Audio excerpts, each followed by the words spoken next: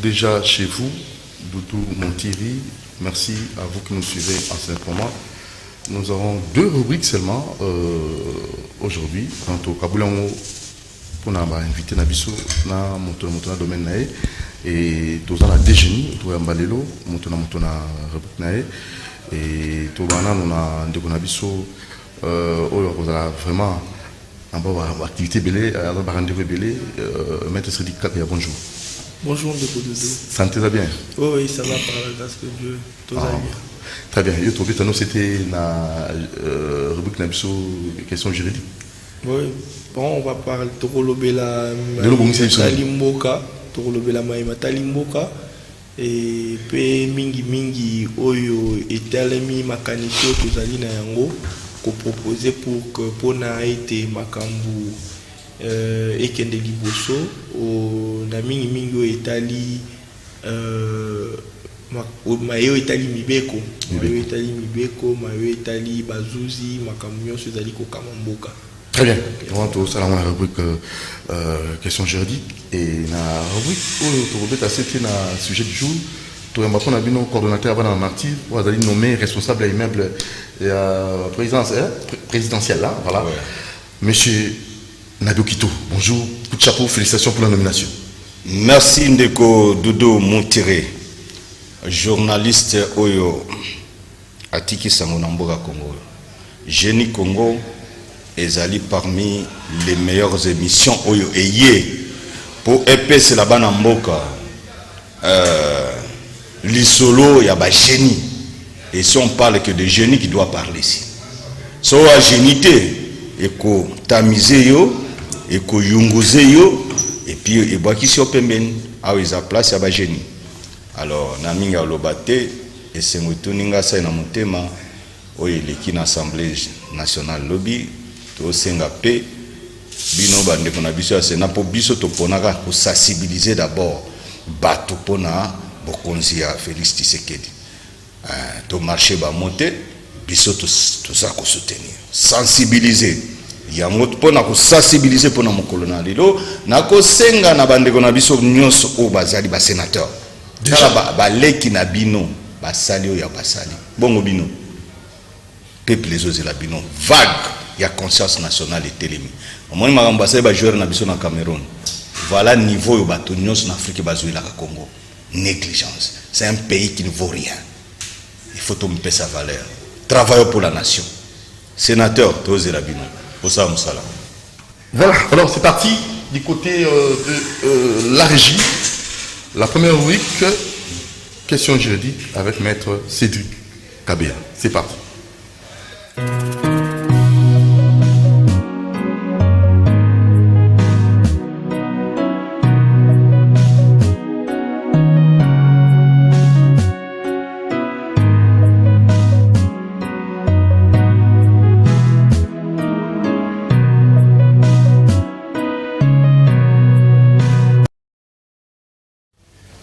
Na rubrique oyo tokoyeba mibeko tokoyeba yango na ba oyo bazali ba expert à la matière yango très souvent to bengi ça consultant na biso na génie Congo maître Cédric Kabea mais na moto kota penza na mali kambo lelo o etali sujet na biso mais d'abord tout qui est actualité hein actualité ndenge makambo le kilobi na nouveau bureau oyo ezali déjà à l'œuvre, donc écoute à l'œuvre, et donc écoutez déjà, donc la bandi Mokolanda qui est la télévision, Mbosso et les autres. Un mot par rapport à ça, avant de kota na où est allé sujet na. Bon, un mot par rapport na yango, la bandi était eza makambo yo ici et c'est destiné qui ndenge balobaka na lopoto donc ici monana ki que ekozala bongo élection to sepeli eleki malamu eleki na kimia lelo yo assemblée nationale ezali na bureau définitif et yangonde batu bazalaki vraiment penza kozela parce que gouvernement oyo kokota ndenge mibeko elobi esengeli bangonde ba investir assemblée nationale de investir. Donc to banzi était na investissement na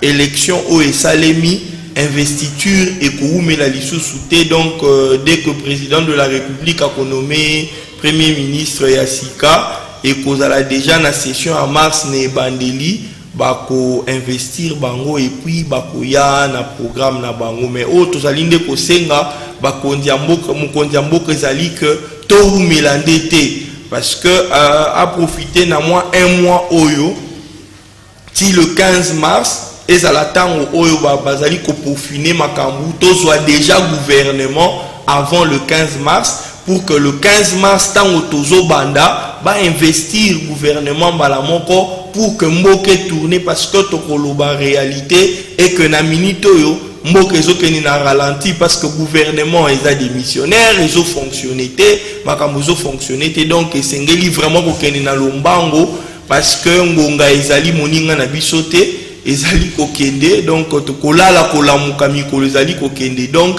ngonga ezali susute esengeli to sala to kende mwa lombango.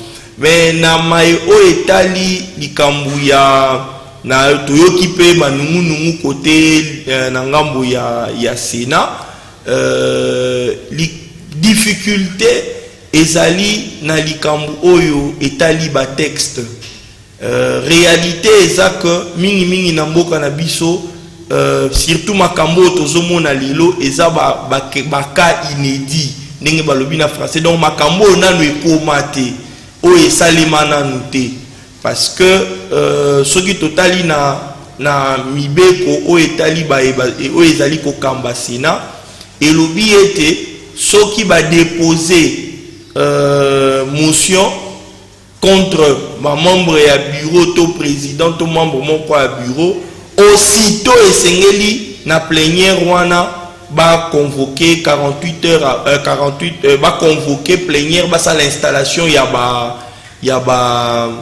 bureau d'âge. Mais ce qui otali et si comme mususu pe ezali koloba ete convocation ya plénière ya session extraordinaire ezalaka na ba point d'ordre na ba point à l'ordre du jour défini. Sikoyo est-ce que ce qui va convoquer est-ce que ils a permis to epekisami que na kati ya session extraordinaire dès que va déposer motion et ça les maté va traiter yango te point d'interrogation ezali wana ya wana azali ko interpeller ba imibeko règlement d'ordre intérieur na bango sengeli batala ngo malamu et sengeli ba mekako inclure makambu oyo tozali komona parce que lorsque mobeko elobi que dès que situation et dès que va déposer et sengeli ko traiter mais mobeko elobi que na session extraordinaire mutu akoki ko déposer motion te donc nyonso wana pétition ekoki ko déposer te nyonso wana ezali milinga ndoke malobaka na mobeko à droit o epekisami te eza permis donc elingi koloba ete dès que déjà ba signifia ki batu ya Sénat esengelaki déjà bazwa compte nango mais esika ngai nazali pena d'accord te ezali na question eza lokola moi forcing lelo pona nini parce que muto azali habilité à convoquer session extraordinaire na muto azali habilité à clôturer yango ezali président même si président a violé parce que toloba session ezalaka ya un mois et après ko traiter de cas oyo bazalaki na yango bakoke ko clôturer mbala moko te fallait ko tika temps ya commission et traiter parce que matière wana esila quitté mais na précipitation ya banungu président a clôturé session avant mais est-ce que le kola ya asi a clôturé sikoyo réouverture ya session à sika et kozala sur quelle base et si quand on a ndenga nazali koyebisa bandeko ya union sacrée que to meka un peu ko maniola mwa mukie kotala ba enjeu pena pona Sénat eza penate bakoki kosala ngo le 15 bakoki ko déposer pétition wana le 15 et basali élection basali ba faire tomber bureau basali élection à bureau sika le 15 et kozala pena na trop tard donc nga nazali nde kosenga ke pona kimia to tomeka kotika session extraordinaire parce que toza pendant session extraordinaire oyo eza déjà clôturé par muto esengela qui a clôturé une précipitation là au fond on a clôturé par la mort. Oui, pas intentionnel. Certes, en fait, il y a un lobby et tu comprendre que le président a qui est le moment fort. À comprendre qu'il fallait normalement faire traiter une pétition. Alors, Congo, to kendemi na yo en tant que molakisi, yo en tant que mokozo kamba, baiki yo baibi mibe côté, oyo baibi penza makamba ngote ba longa ignorance, ba kota na boyebi. Alors, na ebité. Nini oyo bongisi pour na biso mokolo malelo. Bon, en fait pour Naloba, bon, nazali vraiment là ici pour ce temps on l'a ici makanisi nangai pour faire développer voilà. En fait nazali ko pesa makanisi nangai pour nazali motela kisinaité loté nazali ko pesa makanisi nangai pour na mboka etombo mboka ekende liboso parce que souci ya bisonyo so bana mboka ezali wana. Par exemple, eloko ngai nazali ko betela tolo nazali ko betela CT vraiment ezali sur l'effectivité ya état de droit et effectivité ya état de droit o ezali ko kende surtout na situation tozali na yango ezali ko beta CT na justice parce que et puis nazali ko beta CT mingi na parquet parce que parquet yango nde ezali nenge balobaka organo ezali ko aider mbula matadi pour que afin respecter mibeko et pas inabato donc parquet to moni ba magistrat oyo bazali na pouvoir ya ko bengisa mutu ya ko kanga mutu et ngana zali ko senga mingi ete to tia vraiment accent sur musala ya ba magistrat ya parquet pour que bazala na possibilité yako chama boko likolo ya bae oyo bazali ko détourner mbongo ya mboka et ko sanctionner parce que sanction yango nezali eloko ezaloko a contrainte yango nezali eloko ezoko dissuader mutu parce que soko bayebisi mutu que soki osali eloko boye tala etumbu yango nde ekozala crainte ya mutu pour kasa leloko te mais longwana système oyo ya que to komi komona neti parquet komi babengi ndeko dudu ayemba la moko batio na makala mais après 3-4 jours ndeko dudu abimi raison oyo ndeko dudu akotelaki makala pour seulement 2 jours 1 jour ezali nini ozomona biloko wana ezali un peu mutu ayebi que soki babengi nga na ke makala na kofuta caution parce que batu babimaka parce que bafutaka ba caution donc batu bayebi que soki bakanginga na ke makala na kofuta caution na kobima mais tango kofuta caution na kobima suite ezali nini et wana ezali kosenga gouvernement oyo ya sika na ministre ya justice ya sika oyo ya kokota babeta sete mingi na situation wana ya que soki réellement parquet ebengi mutu eke ekanga mutu esengeli bazala plus na oyo babengaka ba indice sérieux ya culpabilité pour na kulukana ba indice sérieux ya culpabilité et ba c'est ko sala ngo pendant un bon moment to sengeli ko sema ndingi ni voilà motuna ya malamu otuni yango wana parce que ndenge balobaka magistrat musala na ezali ko luka infraction et puis ko kanga mutu ko mema liboso ya bazuzi ozomona.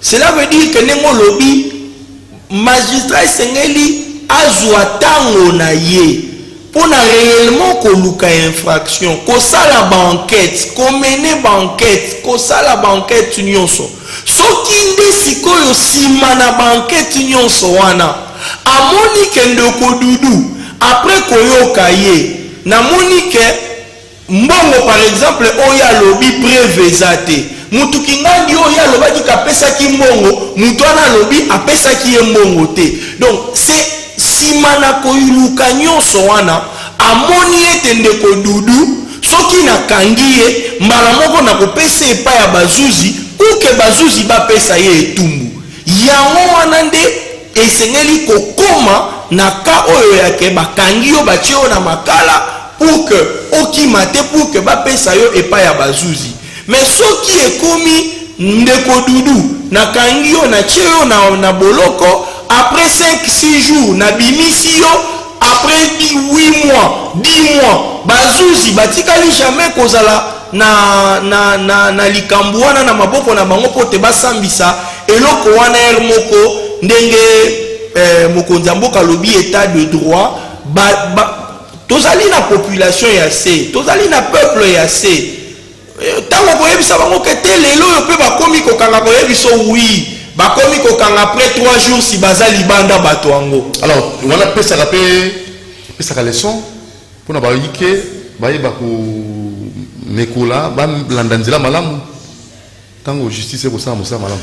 Soki justice eyi kosala mosala nango malamu soki justice ezali vraiment kosalela oyo mibeko ezali kosala pe ezali kopesa etumbu parce que na kati ya justice étape eza ebele mais étape oyo biso tozali kobeta sete ya makasi ezali étape ya finalisation. Cela veut dire que ya etumbu soki réellement etumbu ezali kopesama epai ya bae oyo basali makambo ya mabe et population moni vraiment que ndeko kingandi asalaki vraiment mabe bakateli etumbu akoti boloko apirige l'état botoli kutu parce que etumbu pe ezali kobotola nyonso oyo yo détournaki epai ya l'état. Donc bamakambo nyonso wana soki population azali komona que réellement bazali kokoma tina suka ya etumbu et que effectivité ya sanction ya etumbu ezali et ko soulager population pour mona que changement ezali mais changement ezaka te que parce que bazoki monsieur Doudou batindaki na makala 10 jours après abimi après toyebi lisusu sango ya affaire yango esika comité wana ezali ko décourager pe ezali ko pesa vraiment efficacité. Alors la proposition c'est laquelle on veut ça proposition numéro ça là réforme Tony Mpenza vraiment na mokuse ezali to ko kakobeta sete to senga surtout na gouvernement ezali ko koma ko pesa réforme na makambo oyo etali ba cours et tribunaux ba parquet et ezala vraiment regardant batalaka vraiment sur makamba emanso ezali kosalema na parquet balandela pona ko interpeller pona ko sala ba remarque na makambo nyonso ezali kosalema ya mabe oyo to décriaki lobby parce que makambo ebele to décriaki yango lobby na régime passé na makambo ezali kosalema lobby mais soki lelo tozali ko continuer ko mona makambo wana et ko décrier te ko sala effort pour que makambo wana et si là et vous allez neti to sali et l'autre côté donc kocha accent mingi na kotala mingi o ezali ko sala makuna ko sala ba remarque ko interpeller conseil supérieur à magistrature o ezali ko lande la discipline et pas ya ba magistrat ko lakisa bango ete tala likambo esalemi bien te tala likambo esalemi bien te esengeli bolandela ngo ekozala litomba. Je crois que prochainement soki nzamba pesi biso occasion to kolobela ndenge to lobela ki la fois passé moi ba réforme oyo to biso to monaki ke bakoki kokotisa pour que ba dynamiser un peu secteur wana sanction p. Et quelle proposition la réforme à Gosso? En fait, en fait, réforme par rapport à ma proposition au biso to salaki na réflexion na biso ezak et c'est ngeli ba redynamiser structure et sanctionnaka ba magistrat parce que biso moko to yebi ba bazali na ba circuit ya justice ba yebi que procédure ezamulayi makasi eza prise à partie kolandela zuzi eza procédure eza makasi eza kolandela magistrat ba procédure eza moins milai soki vraiment bakoki ko redynamiser conseil supérieur de la magistrature ba organe par exemple il y a défense à droits de l'homme ba organe indépendant ou libéral bazali pe na possibilité ya ko landia kozala na kati il y a conseil supérieur de la magistrature ba pesa avis na bango ba pesa avis na bango balandela et kozala quelque chose de bien pour que et puis ministère à justice pe azala OEP azali ko porter voix ko dénoncer makambo ezali kosalema ba rapport au bazali koyela ye na ministère na ye. Que la politique, que la justice ne soit pas politisée. Qu'elle ne soit pas politisée, qu'elle soit indépendant. Bon, vraiment personnellement, Naza pour juste ma vie, et je pense que Bayo Bazini ko contacter ba koki ko eba nengi ko contacter. Tout va bien nous afficher, tout couper ça facilement contactant. Merci maître Sidi. Merci beaucoup Ndeko Doudou. À la prochaine. À la prochaine. Voilà, place à notre sujet du jour. C'est parti.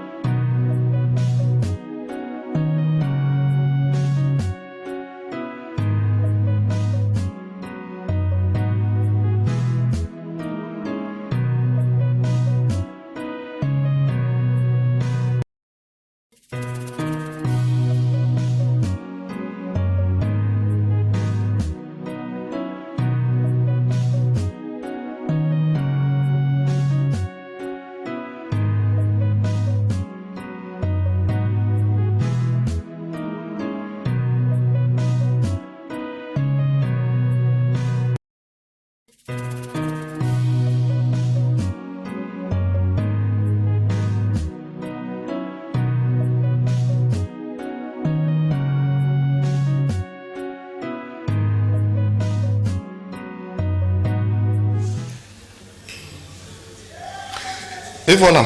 Alors, place à notre sujet du jour.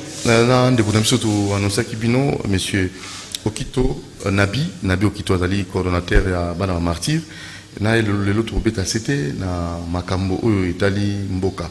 Et bango population ni no ba ko kanisa pona mboka na biso makanisi na kitoko oya ko pesa pona mboka penza e ko okende liboso. Déjà na introduction ko pesa déjà makanisi na e mais seulement nangaki mingi penato pesa makanisi maluba pona o Italie mboka na biso ba proposition concrète pour être RD Congo et kende pena liboso.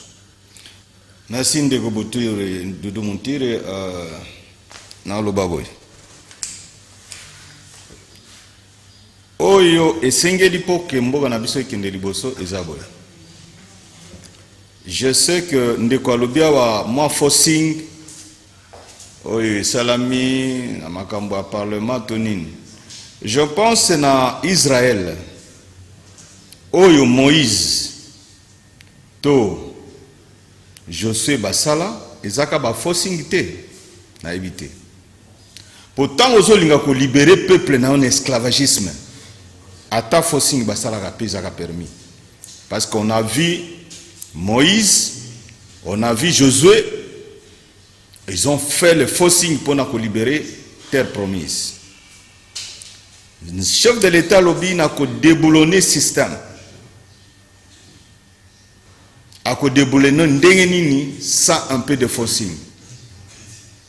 Parce que le système était que non, côté cabisson esclavagisme plus de 50 ans, 100 ans. Même plus. Ayen dissous à lobby, kalamingite, tozo kende sikoyo na action. Action peto moniango. Après action à lobby ning, qui salo mi banda. Maintenant, qui salo réellement mi banda. Pour boyer bigi na mboka na biso yo, bon moni ce qui s'est passé avec nos joueurs équipe na biso Léopard na Maroc, na Cameroun. Et ça qui sabotage. Quelqu'un qui n'est pas malade, bozo melisaï qui s'est à Covid. Et qui s'est à Covid et trouvé maladie, nanzo te salinini comme poison. Il faut que tout le monde à cette fois-ci, gouvernement ba otiasika. Ba kota masolo wana. Tout le monde a né bazo poser plainte état camerounais. Na makambo basali ba joueur équipe na biso Léopard na Cameroun. Oh, vous êtes sûr et certain? Sûr et certain. Et Benga nous a dit, il a parlé. C'est un intellectuel tout fait, monsieur. Ce n'est pas quelqu'un qui bavarde. Quand il parle quelque chose, il est conscient de ce qu'il parle. Même Costa Omar a parlé, mécontent. Nous devons poursuivre le Cameroun. Il y a un moment où confondre Cameroun hier avec 4-0 du mal qu'ils ont fait à leurs propres frères de l'Afrique centrale. On ne peut pas traiter les gens comme ça. Qu'est-ce que le Cameroun a? Même la ville de Yaoundé n'est pas plus que Kinshasa. Bon, tout côté Non. C'est notre pays. C'est le maintenant, on doit montrer la valeur du Congo. Le chef de l'État nous a dit, nous allons montrer la valeur du Congo, on va donner la valeur aux Congolais. Maintenant, nous ne pouvons pas accepter que non. On ne peut pas accepter Namboka na biso ba pays moko ezali na valeur même à mesure à Congo te et bando sakana ba congolais. Voilà. Alors, s'il vous plaît, parlons sur le sport. Parlons sport. Sur le sport, la défaite à Cameroun, tout ça, tout sous dans le sport. Tout quand on a la comparaison, il y a été tout ce qui dit qu'il va revivre dans le pays limitrophe, dans le pays où ils ont entouré Bissau. Tout quand on a la macamboate. Ceux qui plaintent, nous ont proposé, oui, c'est bon, on va sa plainte. Ceux qui ont la raison, c'est bien. Ceux qui ont la raison, nous avons un problème de respecter le pays voisin. Ça va? Non. Tout ça, on vit dans la mondialisation. Tout vivre la mondialisation. Mondialisation n'est pas dit l'injustice. Avec tout le monde. S'il y a injustice, beaucoup de sa plainte, c'est. Mondialisation n'est pas dit l'injustice au débordement d'une nation à une autre nation. Ce n'est pas ça. Il faut qu'il y ait le respect réciproque. Nous sommes des pays frères, amis de l'Afrique centrale. Tous on parle français. Les Camerounais ne devraient pas nous traiter comme ça. Non. On ne devrait pas. On ne croyait pas que notre pays de l'Afrique centrale, parce que les grands Congo commençaient par le Congo-Kinshasa, Angola, jusqu'à Namibie, Zambie, Cameroun, Centrafrique, Gabon. C'est ce qui faisait la toute première carte du royaume Congo. Les Camerounais sont des Congolais. Ça, c'est le tout. Moi, je suis l'homme de l'histoire. On parle de génie ici, monsieur. Et s'ils ne sont pas venus parler n'importe quoi, on parle de la connaissance. La toute première carte du royaume Congo arrivait jusqu'au Cameroun et jusqu'à Namibie, Zambie. J'ai même la carte, moi. Oui. On ne parle pas de n'importe quoi. Nous devons dire aux Camerounais de comprendre que non, nous sommes des frères. L'Afrique centrale, nous étions tous dans le royaume Congo. Et la pire Lunda partait jusqu'au Kenya. Non, nous sommes des frères. Nous sommes des Africains. Bon. Il faut que Toti Kabilo Kouana, que Congo, Boye, besoin de maltraiter les Congo, les frères du Cameroun. Troisième place, on a Troisième place, je ne souhaite rien. De ce qu'ils ont fait aux Congolais, je ne souhaite rien maintenant pour le Cameroun. Rien du tout. Bon, tu as Guinée. Il doit échouer. Guinée a gagné. Guinée soit gagné, bon. A gagné du sous. Pour Baye Baké, on ne peut pas faire le mal à vos propres frères. Nous sommes des propres frères aux Camerounais. Voilà, alors. Maintenant, ma proposition en tant que population, ma proposition pour la Mbokanabiso, ils doivent réellement. Plus de 2 mois, il y a un sujet. Où est là qui redécollage, il y a RD Congo. Comment faire, comment proposer. Et ça a besoin tant de et tout ça toujours au Kindekaka. Là on a aussi au Bongisa qui est Boti Génie Congo. Boti Génie Congo. Ça c'est vrai. Mon conseil Mboka a salé le Romo bien. Il y a un moni qui est battu au occultisme. Et ma solis au PC ils ont répondre susté. Oh, occultisme ici m'a soutenu. Ils ont aussi m'a susté. Andén, ils ont temps prophétique, applicabilité dans le bandi. Et comme bah invoquer, ils ont ils ont les mots. Oh, donc la formation bah ni est là. Oh, ils ont un problème sérieux. Biso ba tutu ana moli muto mona. Oh, écoute Anani. Ni ils ont bloqué bango. Ni ils ont barré bango là. Et là où ils bloqué bango, chef a dédié le pays à Dieu.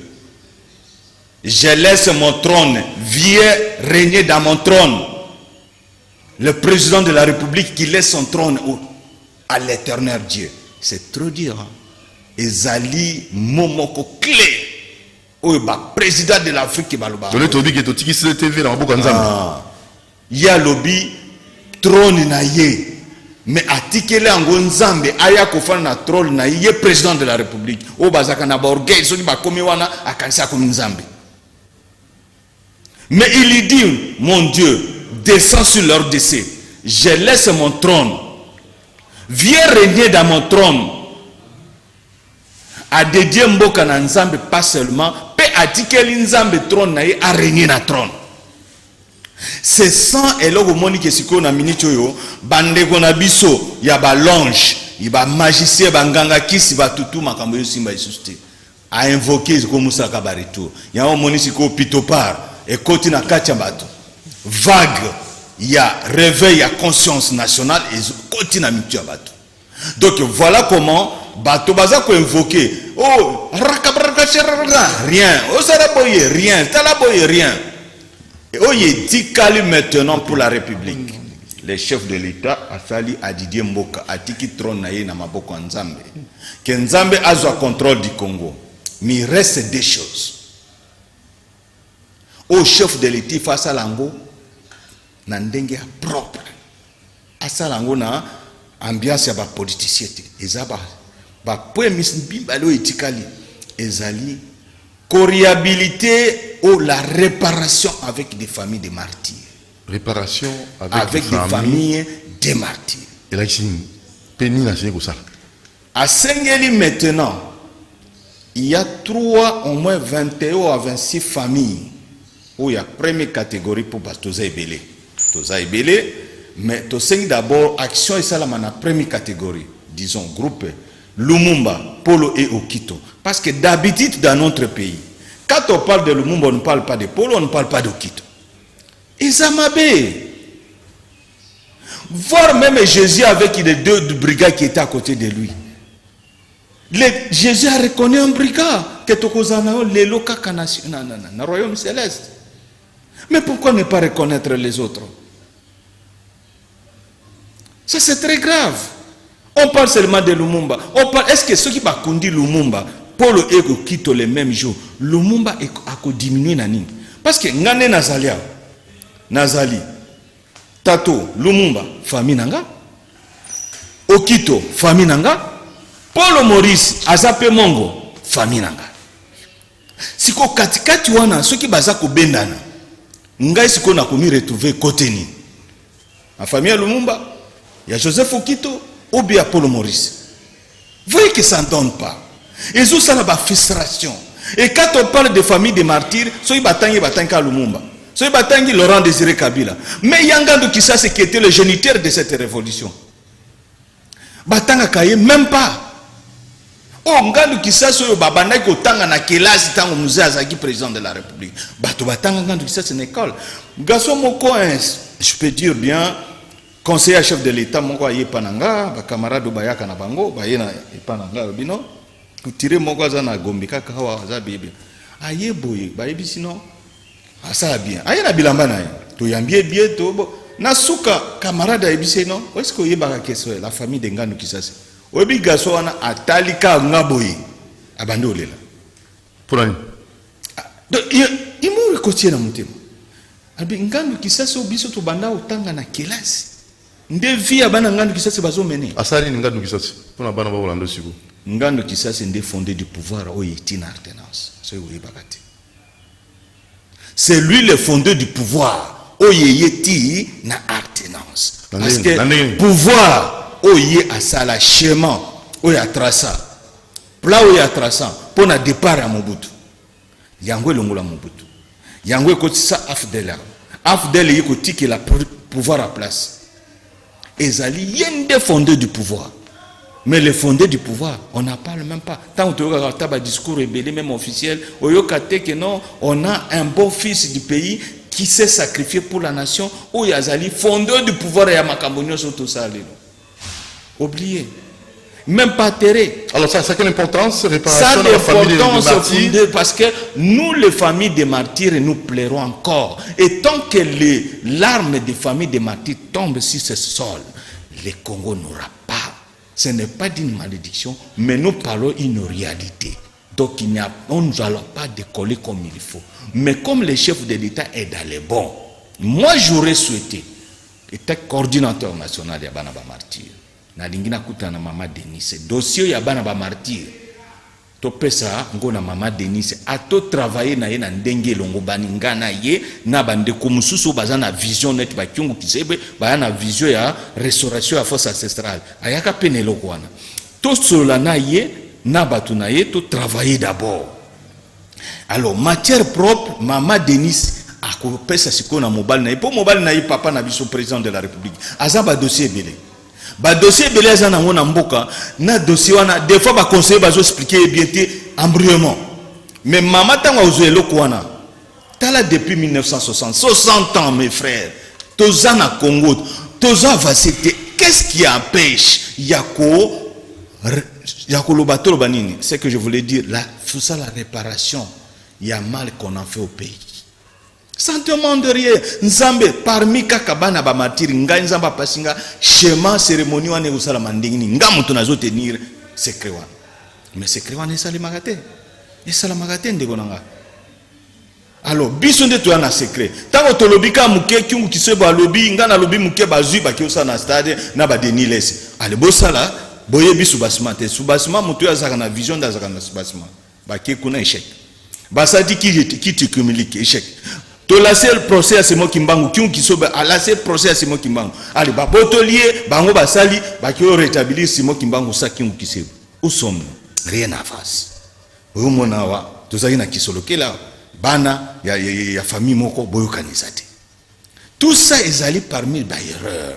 Autres, ça même bien sûr pas erreur mais ça faute grave. À part réparation à la famille des martyrs, proposition monsieur Zalini. Proposition à mi balé est allé restauration ya fosse ancestrale. Ça veut dire ko réhabiliter ba chef coutumier na ba. Oh ba renommer bango na renommer toi réellement véritable chef coutumier. Les chefs coutumiers d'abord. Donc s'il vous plaît.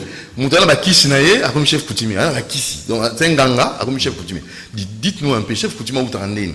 Moutala bakisi il s'improvise chef coutumier.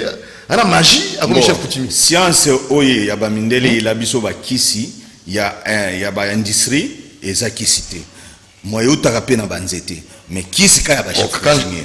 Bon, je parle. Expliquez doucement. Pour la prince. Doucement. C'est ça la science sans conscience que les Européens nous ont amenés dans ce pays. On surpile sur les matières qu'on nous a limitées. On est là. Les chefs coutumiers, ce sont des élus célestes, mon Dieu. Oh, comment ça? Ils ne sont pas élus par le peuple. Ce sont des élus célestes. C'est Dieu qui a élu ces gens. Vous, cette entité de la terre ici, les chefs, c'est telle famille. Nous, chez nous, il n'y a pas, l'autre vient, c'est le même trône qui se succède de génération à génération. Nous sommes des élus célestes. Nous sommes pas élus par le peuple. Même Makamba Mabélé, oh la terre sous terre appartient à l'État. C'est faux. L'État est escroqué, bah chef coutumier à Congo. L'État est en Boganabiso. Est escroqué, bah chef coutumier Mabélé. Le sol et le sous-sol appartient à l'État. Où les problèmes? Escroquerie. Escroquerie pure et simple. Escroquerie pure et simple. Et comment on s'y gagne? Et comment on a livre d'histoire? Et comment on a conscience céleste, na divinité, na divinité. Mais c'est pas visible. Non, c'est visible. Avant que l'État soit, qui était là? Parce que avant la colonisation, c'était là esclavagisme. Comme vengeance, parce que les premiers esclaves du monde, ce sont l'homme blanc.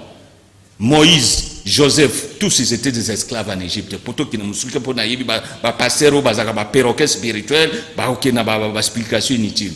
Moïse était qu'un esclave dans les temps du royaume, 7 siècles avant Jésus-Christ. L'Égypte de Moutou Otepa, qui était le pharaon communément appelé actuellement. Tous ces Européens étaient des esclaves en Égypte. C'est leur main-d'œuvre qu'ils ont fait les pyramides. Ils étaient nos esclaves au peuple noir. Il faut que les Congolais, les Africains sachent que le premier homme esclave, c'est l'homme blanc qui est le premier esclave du monde. Ce qui a été fait dans le XVIIe siècle, c'était qu'une vengeance. Ils ne sont pas les premiers esclaves. Il faut que les Africains sachent cela. Rapidement, au Sengi, chef coutumier.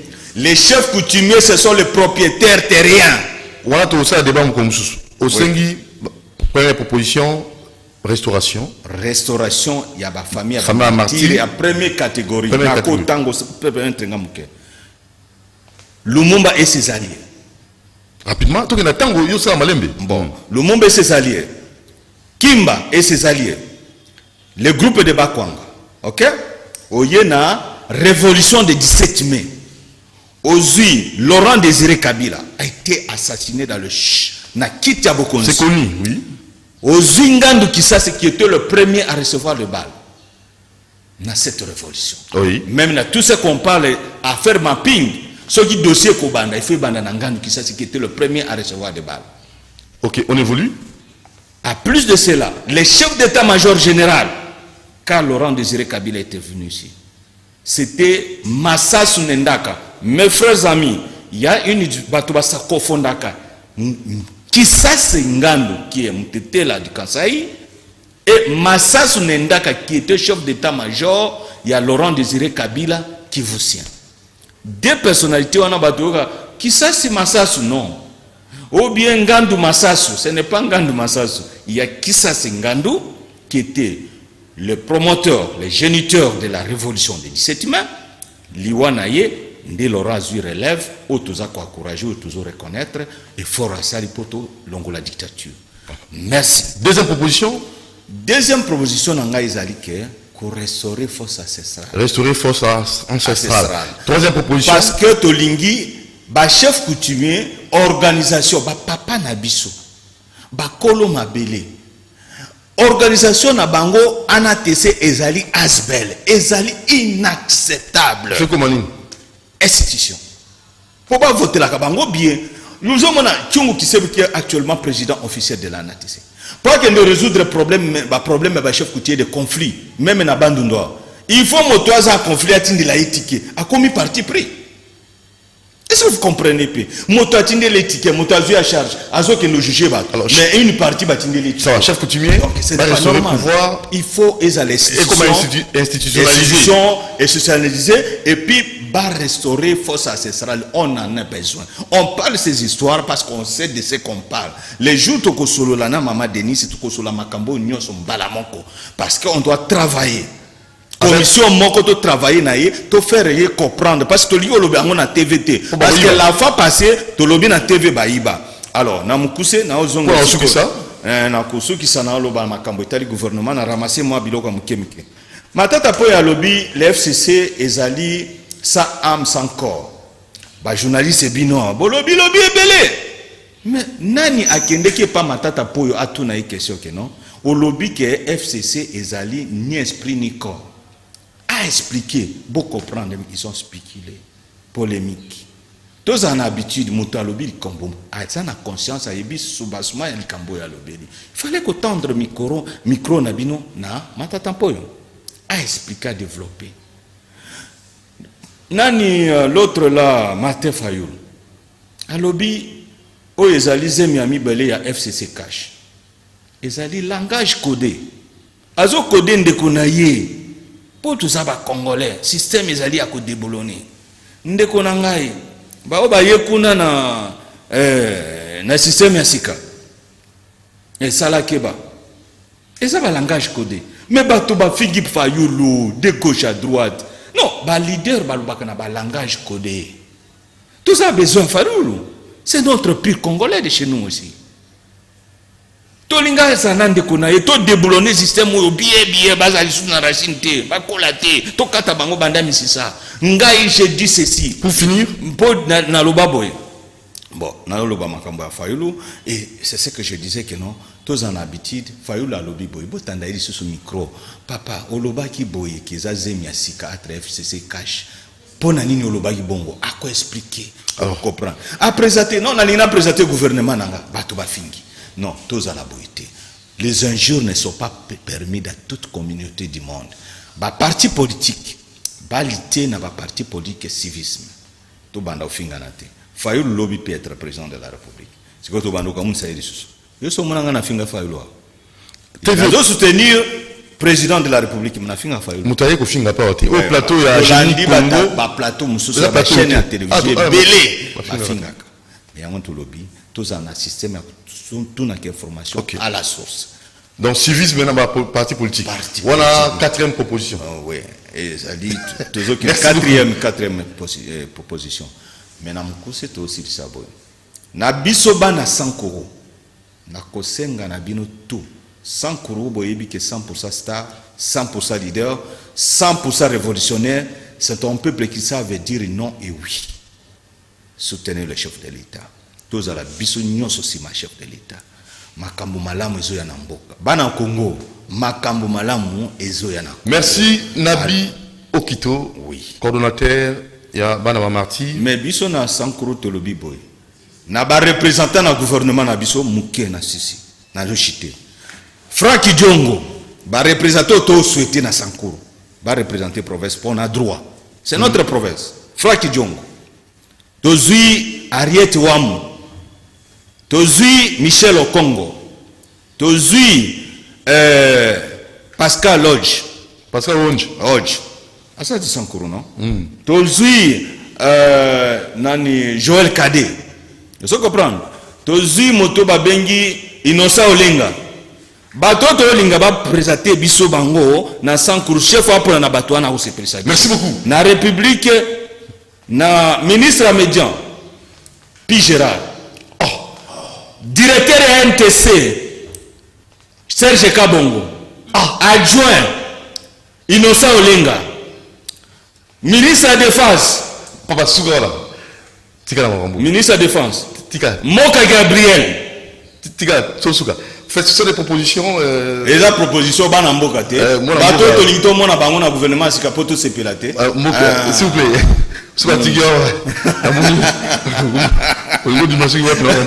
Alors merci beaucoup de la présence Nayo. Merci. Et là, Génie Congo, tout Congolais, à un plateau, après ce matin pour Congo et qui est Liboso, autre ami coordonnateur, avant la martyr, monsieur Nabi Okito. Et voici ça monter, le manager Télélo et Tobosan Nipete, nommé président, coordonnateur, il y a immeuble présidentiel. Oui. J'ai été élu avec une victoire écrasante. Félicitations pour ça. Président, il y a immeuble présidentiel. Ah, président, immeuble présidentiel. Tobongisa. Et le Chapeau. Merci à l'équipe technique. Ciao.